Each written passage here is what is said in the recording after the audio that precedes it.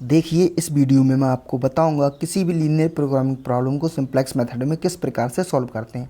आइए देखते हैं। देखिए, ये एक प्रॉब्लम है। इसको सिंप्लेक्स मेथड से सॉल्व करने के लिए सबसे पहले हम इसे स्टैंडर्ड फॉर्म में कन्वर्ट करेंगे। स्टैंडर्ड फॉर्म में कन्वर्ट करने से पहले कुछ बातों का ध्यान रखना चाहिए, जैसे कि यहाँ पे मिन जेड लिखा हुआ है। मिन की जगह पे मैक्स होना चाहिए हमेशा, लेकिन है कहाँ। मिन का मतलब होता है मिनिमाइज और मैक्स का मतलब होता है मैक्सिमाइज। तो मिन की जगह मिन को मैक्स में कन्वर्ट करने के लिए यहाँ पे नेगेटिव से मल्टीप्लाई कर देते हैं, तो साइन चेंज हो जाते हैं और ये मैक्स में कन्वर्ट हो जाता है। उसके बाद में दूसरी बात ध्यान रखनी चाहिए यहाँ पे कि यहाँ पे 7, 12 और 10 है। ये राइट हैंड साइड वाले कांस्टेंट है, ये सारे पॉजिटिव रहने चाहिए। अगर इनमें से कोई भी नेगेटिव है तो दोनों साइड में नेगेटिव से मल्टीप्लाई करके इनको पॉजिटिव बना लिया जाता है। उसके बाद तीसरी बात ध्यान रखनी चाहिए कि ये greater than, small than and equal to का साइन है। ये स्मॉल देन यानी कि माइनस के 2x1 प्लस के 4x2 small than and equal to 12। इस प्रकार से ये small than and equal to 10, तो ये small than and equal to ही होना चाहिए हमेशा। अगर ग्रेटर देन इधर को हो गया तो ये क्या हो जाएगा, तो ये दूसरे मेथड से सॉल्व होगा, बिग एम या फिर टू फेस मेथड से सॉल्व कर सकते हैं हम इसको। वो अगले जाके देखेंगे हम, पहले इस मेथड की बात करते हैं। इस मेथड में हमेशा स्मॉल देन इक्वल टू तीनों में होगा। अब देखिए, अब आइए इसे कन्वर्ट करते हैं स्टैंडर्ड फॉर्म में। स्टैंडर्ड फॉर्म में कन्वर्ट करते हैं। देखिए यहाँ पे मिन जेड लिखा हुआ है, तो मिन को मैक्स में कन्वर्ट करेंगे। मिन Z equal to x1 minus के 3x2 ये दे रखा है, अगले प्लस के 2x3। तो यहाँ पे मिन है तो यहाँ पे मैक्स में कन्वर्ट कर दिया, जेड की जगह जेड डैश कर दिया। यहाँ पे x1 था पॉजिटिव, यहाँ पे नेगेटिव कर दिया। यहाँ पे नेगेटिव था पॉजिटिव कर दिया यहाँ पे, और यहाँ पे पॉजिटिव था यहाँ पे नेगेटिव कर दिया। उसके बाद में सब्जेक्ट टू द कांस्टेंट देखेंगे। यहाँ पे ये सब्जेक्ट टू द कांस्टेंट देखिए small than and equal to में है, तो इनको इसको बोलते हैं इनइक्वलिटीज़ में है। इनइक्वलिटीज़ को इक्वलिटीज़ में यानी कि small than and equal to को इक्वल टू में कन्वर्ट करेंगे, तो एक हम वेरिएबल का यूज करेंगे, उस वेरिएबल को हम सिलेक्ट वेरिएबल यूज करते हैं, जो हमारे ऐड की फॉर्म में, एडिशन की फॉर्म में होता है, हमेशा प्लस में करके लिखा जाता है सिलेक्ट वेरिएबल्स। देखिए सिलेक्ट वेरिएबल्स हमने यहाँ पे 3 सिलेक्ट वेरिएबल यूज किए हैं, S1, S2, S3। आप कोई और भी सिलेक्ट वेरिएबल्स यूज कर सकते हैं। अब देखिए इसको हमने क्वेश्चन की फॉर्म में लिख लिया, क्योंकि हमारे S1, S2, S3 select variables थे, तो इनकी कॉस्ट 0 लिखेंगे। इसके मैक्सिमाइज जेड डैश करके इस प्रकार से अगले प्लस में 0 S1 0 S2 प्लस 0 S3 इस प्रकार से लिखेंगे। देखिए यहाँ पे S1 S2 S3 था, तो यहाँ पे देखिए S1 S2 S3 S1 S2 S3, क्योंकि ये हमारे और ऐड हो गए, तो यहाँ पे S1 S2 S3 और लगा देंगे सिलेक्ट वेरिएबल्स को, and greater than equal to 0 हो जाएगा यहाँ पे। अगले देखिए ये मैट्रिक्स की फॉर्म में लिखेंगे, इसको पूरे को मैट्रिक्स की फॉर्म में किस प्रकार से लिखेंगे। मैट्रिक्स की फॉर्म में इसलिए लिखते हैं क्योंकि हमें यहाँ पे आइडेंटिटी मैट्रिक्स बनानी पड़ती है। अगर यहाँ पे आइडेंटिटी मैट्रिक्स जब हमें पता लगेगी कौन से वेरिएबल्स आइडेंटिटी मैट्रिक्स की फॉर्म कर रहे हैं, तो वही जो आइडेंटिटी मैट्रिक्स की फॉर्म करेंगे वही हमारे बेसिक वेरिएबल्स कहलाएंगे। इसलिए इसको मैट्रिक्स फॉर्म में लिखा जाता है। देखिए मैट्रिक्स फॉर्म में लिखने के लिए x1 x2 x3 S1 S2 S3 ये सारे वेरिएबल्स ले लिए जाते हैं। उनके नीचे उनके जितने भी वेरिएबल x1 के जितने भी कॉस्ट हैं वो उसके नीचे लिख दी जाती है। जैसे x1 वेरिएबल की कॉस्ट कितनी है 3 - 2 - 4, 3 - 2 - 4। ऐसी s2 की कॉस्ट क्या है -1 4 3 -1 4 3। इस प्रकार से सारी ले ली हैं, ठीक है। ऐसी यहाँ पे देखिए जो भी कॉस्ट है 208, यहाँ पे भी 208, ये सारी कॉस्ट यहाँ पे ले ली, कन्वर्ट मैट्रिक्स फॉर्म में कन्वर्ट किए, तो ये सारी की सारे वेरिएबल्स की कॉस्ट यहाँ पे लिख ली है मैंने। और उसके बाद में ये है x1 x2 S3 S1 S2 S3 ये सारे हमारे वेरिएबल्स हैं। इनको इधर x की जगह पे लिख देंगे और b की जगह पे इधर राइट हैंड साइड वाला कांस्टेंट लिख देंगे। उसके बाद में देखिए अब मैंने जैसे कि बताया था आपको, इसमें मैंने लिखा भी है, देखिए कि since the variables S1 S2 S3 form the identity matrix, यानी कि ये वेरिएबल्स हैं S1 S2 S3 ये आइडेंटिटी मैट्रिक्स की फॉर्म में हैं, तो these variables are known as basic variables. तो यही वेरिएबल्स क्या कहलाएंगे, बेसिक वेरिएबल्स कहलाएंगे। अब देखिए अगले देखते हैं, now construct the starting simplex table. अब सिंप्लेक्स टेबल में अगले चलते हैं और सिंप्लेक्स टेबल बनाते हैं। देखिए सिंप्लेक्स टेबल के लिए यहाँ पे देखिए बेसिक वेरिएबल लिए गए हैं S1, S2, S3। जो मैंने बताया था कि जो आइडेंटिटी मैट्रिक्स फॉर्म करते हैं वही बेसिक वेरिएबल्स होते हैं, तो बेसिक वेरिएबल्स ले लिए गए हैं यहाँ पे। इनकी कॉस्ट क्या क्या है, तो सारे बेसिक वेरिएबल्स की कॉस्ट जीरो ली है हमने। देखिए यहाँ पे सारे वेरिएबल्स की कॉस्ट जीरो है। S1 की कॉस्ट जीरो, S2 की कॉस्ट जीरो, S3 की कॉस्ट जीरो। तो यहाँ पे सारे वेरिएबल की कॉस्ट जीरो है, इसलिए यहाँ पे 0 0 0 लगा दी हमने इनकी कॉस्ट। उसके बाद में XJ के नीचे हम लिखते हैं जो हमारे राइट हैंड साइड वाले कांस्टेंट होते हैं, ये वाले 7, 12 और 10। इस प्रकार से इनको लिख देंगे यहाँ पे XJ की जगह पे। उसके बाद में CJ हम कौन सा लेते हैं, देखिए CJ में आता है ये जो मैक्सिमाइज जेड करके हमने जितने भी लिए थे माइनस के x1 ये है, यानी कि यहाँ पे x1 की कॉस्ट है -1 और x2 की कॉस्ट है 3 और x3 की कॉस्ट है। उसके बाद कॉस्ट ली गई है 0 0 0 ये, तो यहाँ पे 0 0 0 CJ की वैल्यू लिख दी। अब उसके बाद में हम लिखेंगे यहाँ से x1 की जितनी कॉस्ट ली गई थी, जैसे यहाँ पे देखिए x1 की कॉस्ट 3 -2 -4, x1 की कॉस्ट है 3 -2 4, यहाँ पे आएगा -4, यहाँ पे -4। अब इनकी कॉस्ट ली जाएगी माइनस के, देखिए -1 4 3, -1 4 3। उसके बाद में यहाँ पे 2 0 8 x3 की कॉस्ट होगी S1 की 1 0 0 0 1 0 और 0 0 1। तो इतना आपको समझ में आ गया होगा इस टेबल को। उसके बाद में हम डेल्टा जेड की वैल्यू किस प्रकार से फाइंड करते हैं। देखिए डेल्टा जे की वैल्यू यहाँ से लिखेंगे, ये डेल्टा जे दे रखा है। डेल्टा जे किस प्रकार से निकालते हैं, इसका फार्मूला होता है डेल्टा जे इक्वल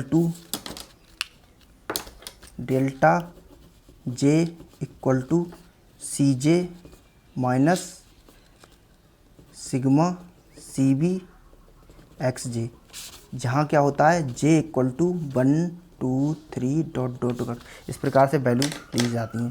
तो देखिए यहाँ पे θ1 की जगह पे क्या लेंगे, θ1 है ये -1 है दे रखा है θ1 की जगह पे, तो यहाँ पे J की जगह पे 1 लगाएंगे तो यानी कि C1 हो जाएगा। C1 क्या लेंगे, -1 लेंगे C1 की, यहाँ पे C1 की जगह पे, और फिर क्या लेंगे, फिर माइनस ये वाला लगाएंगे, फिर यहाँ पे CB और XJ, CB की वैल्यू ये सारी हैं और XJ की वैल्यू x1 की J की जगह 1 लगाया तो x1 यानी कि x1 की वैल्यू लेंगे, यहाँ पे x1 की वैल्यू 3 -2 और -4। तो इन दोनों की मल्टीप्लाई करेंगे, 0 की 3 से 0 की -2 से मल्टीप्लाई 0 प्लस का ये सारे ऐड करके लिखते हैं इसमें, 0 की मल्टीप्लाई -4 से तो 0। अब यहाँ पे तो सारा 0 हो गया तो इधर -1 आ गया, तो इसकी कॉस्ट -1। इसी प्रकार से ये लिखे जाएंगे, यहाँ पे -1 लिख दिया क्योंकि यहाँ पे सारा सब कुछ इनसे मल्टीप्लाई करेंगे, जो ऐड करेंगे तो 0 ही आएगा, इसलिए यहाँ पे 3 आ जाएगा। ऐसे ही यहाँ पे -2 आ जाएगा, यहाँ पे 0 आ जाएगा, यहाँ भी 0 आ जाएगा, यहाँ भी 0 आ जाएगा। अब देखिए यहाँ पे डेल्टा जे की वैल्यू सबसे पहले देखते हैं क्या क्या हमारी डेल्टा जे की वैल्यू हैं। तो डेल्टा जे की वैल्यू क्या है, -1 3 -2 0 0 0। तो जो ग्रेटर देन, जो सबसे ज़्यादा हाईएस्ट वैल्यू होती है वो उसको हम इनकमिंग वेक्टर बोलते हैं, उसको इनकमिंग वेक्टर।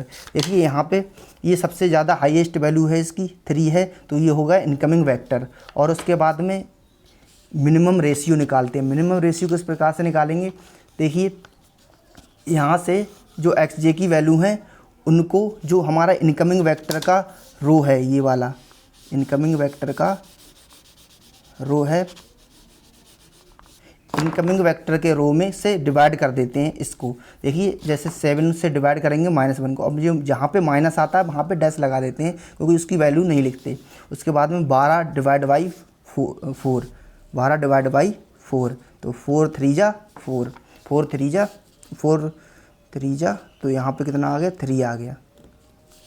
ओके, यहाँ पे 3 आ गया। उसके बाद में यहाँ पे 10 डिवाइड बाई 3, 10 डिवाइड बाई 3 3.34। अब देखते हैं इन दोनों में जो वैल्यू आई है मिनिमम कौन सी है। मिनिमम 3 है, ये मैक्सिमम है। तो जो मिनिमम वैल्यू होती है उसी को बोलते हैं आउटगोइंग वेक्टर, उसको बोलते हैं आउटगोइंग वेक्टर।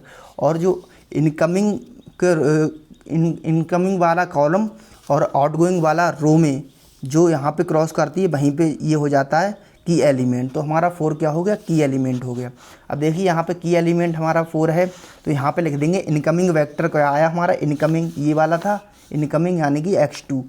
आउट गोइंग क्या है यहाँ पे, out going vector x2। Out going कौन सा है इसमें, देखिए ये वाला रो है आउट गोइंग, तो ये S2 आ गया आउट गोइंग, और की एलिमेंट हमारा हो गया 4। इस प्रकार से हमने लिख दिया। देख लिए, अब हम नेक्स्ट टेबल पे जाके देखते हैं। देखिए नेक्स्ट टेबल हम बनाएंगे यहाँ पे, देखिए नेक्स्ट टेबल ये बनाएगी इस प्रकार से। देखिए सारी वैल्यू वही लिखा है सब कुछ, basic variable, cost variable, CV, और उसके बाद में CJ, XJ, X1, X2, X3, इन सारी सबकी वैल्यू वहीं से देखिए, जो यहाँ पे वैल्यू ले गई थी -1, 3, -2, ये सारी CJ की वैल्यू सेम रहेंगी यहाँ पे, -1, 3, -2, 0, 0, 0। उसके बाद में देखिए बेसिक वेरिएबल, देखिए यहाँ पे हमारा क्या हुआ था, यहाँ पे ये आया था हमारा, अब यहाँ पे इनकमिंग वेक्टर हमारा x2 था और आउटगोइंग वेक्टर था s2 ये वाला। तो इनकमिंग वेक्टर क्या करता है, आउटगोइंग वाले वेक्टर को इधर बेसिक वेरिएबल को रिप्लेस कर देता है, यानी कि यहाँ पे जो x2 है, इनकमिंग वाला x2, वो ये इस वाले यानी कि ये आउटगोइंग ही तो आया है आउटगोइंग, तो आउटगोइंग में s2 है, तो इनकमिंग आउटगोइंग को रिप्लेस कर देगा, यानी कि इसकी ये हट जाएगा s2 और इसकी जगह पे हम x2 को लिख दिया जाएगा। तो देखिए यहाँ पे वही किया गया है बेसिक वेरिएबल में, कि यहाँ पे जो S1 था वो ऐसे ही same to as it is लिखा गया है S1, यहाँ भी S1 लिखा गया है। यहाँ पे S2 था तो S2 को रिप्लेस कर दिया गया है इनकमिंग वेक्टर यानी कि x2 से, तो यहाँ पे आ गया x2। उसके बाद में S3, वो S3 वैसे ही रहेगा। अब बस इतना काम करने के बाद में इनकी कॉस्ट लिख देते हैं। S1 की कॉस्ट 0 थी, S1 की कॉस्ट 0 है यहाँ पे, और क्योंकि यहाँ पे x2 की कॉस्ट है 3, क्योंकि यहाँ पे देखिए S2 की कॉस्ट 3 है इसलिए 3 लगा दी। S3 की कॉस्ट है 0, तो यहाँ पे S3 की कॉस्ट तो 0 है ही, तो वो लिख दी। उसके बाद में हम देखिए अब देखिए जो हमारा की एलिमेंट आया था क्या था, 4 था। ऊपर वाली टेबल में देखिए, फर्स्ट टेबल में जो हमारा की एलिमेंट था वो 4 था। तो हम की एलिमेंट को क्या 1 बनाने की कोशिश करते हैं, की एलिमेंट को 1 बनाते हैं और उसके ऊपर और नीचे 0, 0 बनाते हैं। तो इसको 1 बनाने के लिए देखिए बताइए क्या करना पड़ेगा। इसको यहाँ पे 1 बनाने के लिए हमें 4 से पूरे रो में डिवाइड करना होगा, पूरे रो को डिवाइड करना होगा 4 से। तब हम डिवाइड करते हैं तो पूरे रो को करते हैं, ना कि एक एक को। तो यहाँ से 4 से डिवाइड हो जाएगा पूरा रो, तो यहाँ पे कितना आ जाएगा, 4 3 जा 12। 4 देखिए डिवाइड करते हैं, 12 डिवाइड बाई 4 कितना आ गया, 4 3 जा आ गया 3, यहाँ पे 3 आया, 3 लिख दे रहे, इधर कर दे रहे काउंटिंग। इसके बाद में माइनस के 2 डिवाइड बाई 4, 2 बन जा 2, 2 2 जा 4, 1 बाई 2। इस प्रकार से 4 से डिवाइड कर दिया सबको, तो 4 से डिवाइड कर देंगे तो यहाँ पे ये वैल्यू आ जाएंगी, ये वाली देखिए, ये 4 से डिवाइड करने पर ये आया है, ये रो आ गया हमारा। ये समझ में आया कैसे आया सेकंड टेबल में। सेकंड टेबल में जो हमारा की एलिमेंट होता है उसको 1 बनाना होता है और उसके ऊपर और नीचे 0 बनाना होता है। इसलिए इसको 1 बनाने के लिए हमने 4 से डिवाइड कर दिया, तो यहाँ पे 1 आ जाएगा। यहाँ पे देखिए 1 आ गया ये की एलिमेंट की जगह पे जो हमारा था। अब इतना काम होने के बाद में क्या करेंगे, अब देखिए इसके ऊपर वाला और नीचे वाले को मैंने बताया 0 बनाएंगे, तो इसके ऊपर वाले को पहले 0 बनाते हैं। देखिए ये कितना आया था, ये आया था 4 से डिवाइड करने पर, ये वाली लाइन लिखेंगे सबसे पहले, 3 माइनस 1/2 1 0 0 1/4 0 1/4 और 0 ये लिख दिया। उसके बाद में हम इसके ऊपर वाली लिखेंगे जहाँ पे 0 बनाना है, ये वाली लाइन देखिए 7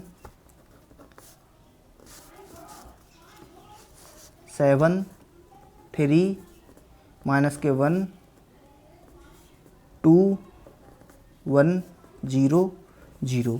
अब देखिए यहाँ पे 0 बनाने के लिए बताइए क्या करना पड़ेगा हमें, -1 की जगह पे, यहाँ पे -1 की जगह पे 0 बनाने के लिए हम क्या करेंगे, इन दोनों को ऐड कर देंगे तो 0 बन जाएगा।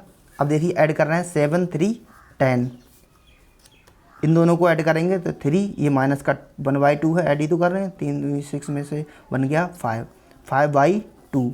उसके बाद में ये 0 हो गया, ये ऐड करेंगे 2, ये ऐड करेंगे 1, ये 1/4, ये 0, ये लाइन आ गई। ये लाइन एज इट इज हमने यहाँ पे उतार दी है। देखो सेकंड वाली टेबल में देखो, यहाँ से 10, ये देखिए ये आया हमारा 10, 5/2, 0, 2, 1, 1/4 और 0। ठीक है, अब देखिए इतना काम हो गया हमारा। अब हम क्या करेंगे, देखिए यहाँ पे अब थर्ड वाले पे देखिए, यहाँ पे की एलिमेंट के नीचे वाला देखिए यहाँ पे 0 बनाना है। तो यहाँ पे 0 बनाने के लिए सबसे पहले यही वाली लाइन नोट करेंगे हम 3, फिर से देखिए वही वाला लाइन, फिर से वही लाइन देखेंगे 3 माइनस के 1/2, 1, 0, 0, 1/4, 0। अब ये नीचे वाली लाइन इसकी, ये वाली 10 - 4 वाली, ये नोट कर लेंगे यहाँ पे हम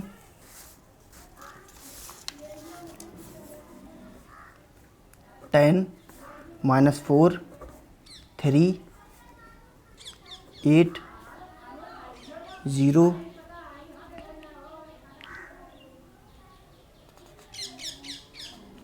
सॉरी यहाँ पे आएगा 10 - 4 और 3, 10 - 4, 3, 8, 0, 8, 0, 0, 1।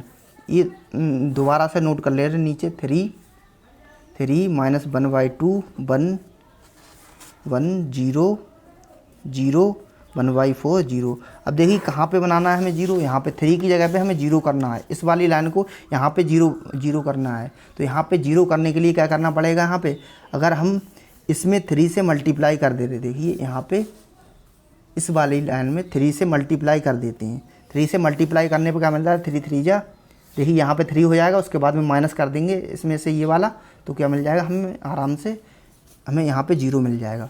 देखिए यहाँ पे 3 3 जा 9, 3 से मल्टीप्लाई 3/2, 3 से मल्टीप्लाई 3, 0, 0, 3 से मल्टीप्लाई 3/4, यहाँ पे हो गया 0। अब देखिए यहाँ पे 10 है, यहाँ पे 10, अब 9 को देखेंगे, इस वाली लाइन को नहीं देखना है, अब यहाँ पे इस वाली को इससे देखना है। देखिए यहाँ पे 10 - 9, 1, यही करते हैं, माइनस के 4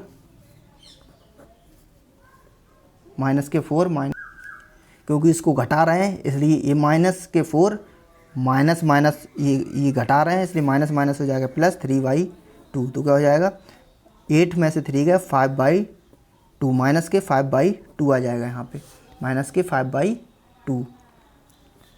उसके बाद माइनस के 5/2 हो गया।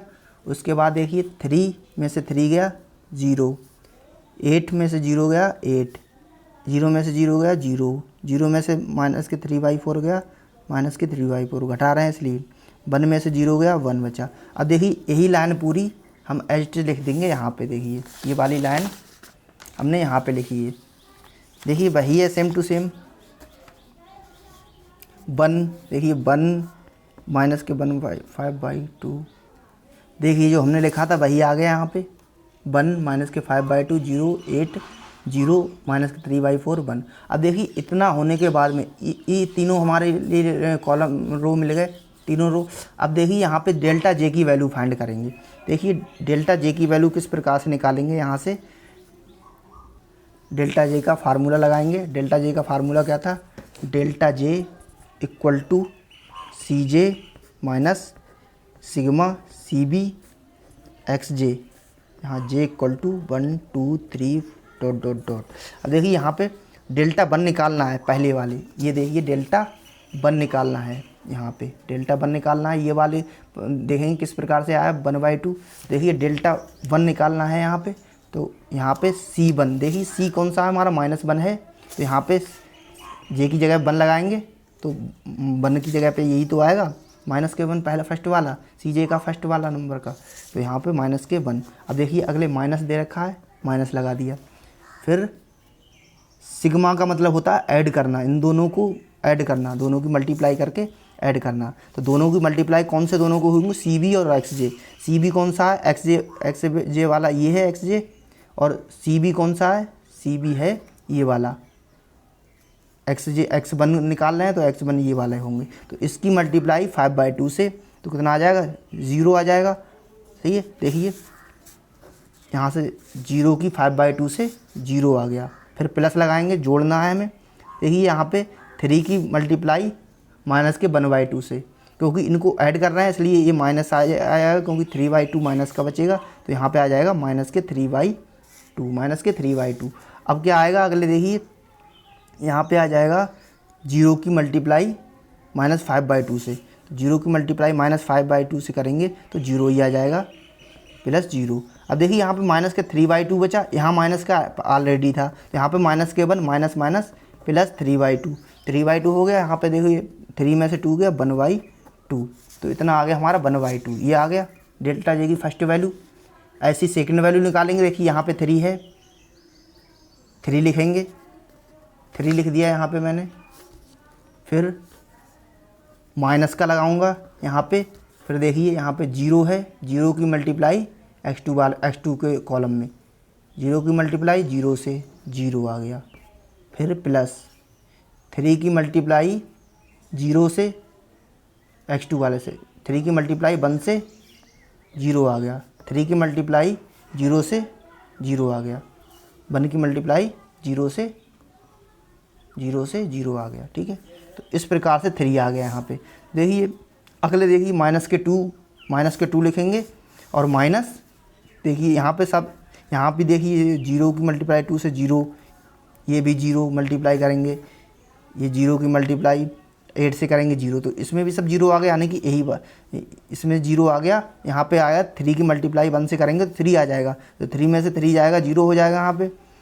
और उसके बाद में यहाँ पे देखिए ये 3 समझ में आ गया, ये वाला था 3, और इसकी मल्टीप्लाई 3 1 जा 3, 3 माइनस 3 करेंगे तो 0 हो जाएगा यहाँ पे। ऐसे ही यहाँ पे देखिए माइनस के 2, 0 की 2 से 0, 3 की 0 से 0, 0 की 8 से 0, तो यहाँ पे माइनस के 2 आ जाएगा। ऐसे ही 0 की, अब देखिए यहाँ पे 0, 3 की 0 से 0, 0 की 0 से तो 0 आ गया, क्योंकि यहाँ पे 0 था। अब अगले 0 की मल्टीप्लाई 1/4 से 0, यहाँ भी, यहाँ पे देखिए यहाँ पे आएगा, देखिए यहाँ पे हो जाएगा 0 माइनस 0 की मल्टीप्लाई 1/4 से करेंगे तब तो 0 आएगा। फिर प्लस का आएगा, प्लस क्या करेंगे 3 की मल्टीप्लाई 1/4 से, प्लस का 3/4 आ जाएगा, और 0 की मल्टीप्लाई इससे तो 0 आ जाएगा प्लस का। तो कितना बचा, 3/4 बचा है, बाहर माइनस है तो माइनस का बच जाएगा 3/4, तो यहाँ पे लगा दिया माइनस का 3/4, और बाकी 0 हो जाएगा। ये भी देखिए 0 0 0 और ये 0 आ गया यहाँ पे, समझ में आएगा इतना। अब देखिए अगली थर्ड टेबल बनाएंगे, क्योंकि यहाँ पे थर्ड टेबल क्यों बनाएंगे, क्योंकि यहाँ पे देखेंगे, यहाँ पे देखिए ये पॉजिटिव आ गया, ये पॉजिटिव नंबर आ गया, हमें सारे या तो नेगेटिव चाहिए यहाँ पे डेल्टा जे की वैल्यू, या तो 0 चाहिए, तो यहाँ पे क्या आ गया, पॉजिटिव आ गया, ये है पॉजिटिव 1/2। ठीक है, तो यही क्या हो जाएगा, हमारा इनकमिंग वेक्टर हो जाएगा। ये सबसे हाईएस्ट, डेल्टा जे की हाईएस्ट वैल्यू होती है इनकमिंग वेक्टर, तो हाईएस्ट वैल्यू 1/2 है, तो ये हो गया इनकमिंग वेक्टर हो गया ये वाला। अब आउटगोइंग वेक्टर देखेंगे इसमें कौन सा होगा। देखिए मिनिमम रेशियो निकालेंगे, तो मिनिमम रेशियो निकालेंगे तो कैसे करके निकालते हैं, ये एक्स जे की जितनी वैल्यू है उसको इनकमिंग वाले से डिवाइड कर देते हैं। जैसे 10, ये 10 है, देखिए यहाँ पे 10 डिवाइड बाई कितने से हो जाएगा, 5/2 से हो जाएगा, तो 5 से कट जाएंगे, 5 2 या 2, 5 2 या 10, 2 की मल्टीप्लाई 2 से 4 आ गया, यहाँ पे 4 आ गया, देखिए यहाँ पे 4 आ गया ये मिनिमम रेशियो। उसके बाद में देखिए यहाँ पे इसकी मल्टीप्लाई, अगर इससे इसको भाग दिया जाएगा, क्योंकि ये नेगेटिव वैल्यू है तो डैश आ गया, ये भी नेगेटिव वैल्यू है तो डैश आ गया, डिवाइड उसी को करेंगे जो पॉजिटिव वैल्यू होगी। ठीक है, यहाँ पे 4 आ गया, तो अब इसके अलावा तो कुछ है ही नहीं, तो यहाँ पे यही हो जाएगा आउटगोइंग वेक्टर। इनकमिंग कौन सा, ये वाला इनकमिंग, और आउटगोइंग कौन सा, ये वाला आउटगोइंग ये। तो की एलिमेंट कौन सा मिल गया, क्रॉस कर रहे हैं यहाँ पे ये 5/2, तो इस पर बॉक्स बना दिया हमने, ये की एलिमेंट हो गया हमारा। अब देखिए इसी प्रकार से same to same third table का यूज करेंगे हम। थर्ड टेबल किस प्रकार से बनाएंगे, देखिए अगले थर्ड टेबल बनाएंगे तो हम क्या करेंगे, देखिए थर्ड टेबल में भी सेम टू सेम वही करेंगे। देखिए बेसिक वेरिएबल आएगा, क्योंकि हमारा ये वाला था इनकमिंग, इनकमिंग से रिप्लेस हो जाएगा कौन सा, ये x1 था इनकमिंग, और ये था फर्स्ट वाला s1, x1 s1 से रिप्लेस हो जाएगा, क्योंकि इनकमिंग ये आया, आउटगोइंग ये आया, तो इनकमिंग वाला आउटगोइंग को रिप्लेस कर देगा। तो यहाँ इसकी जगह पे आ जाएगा x1, तो देखिए यहाँ पे लिखा है x1।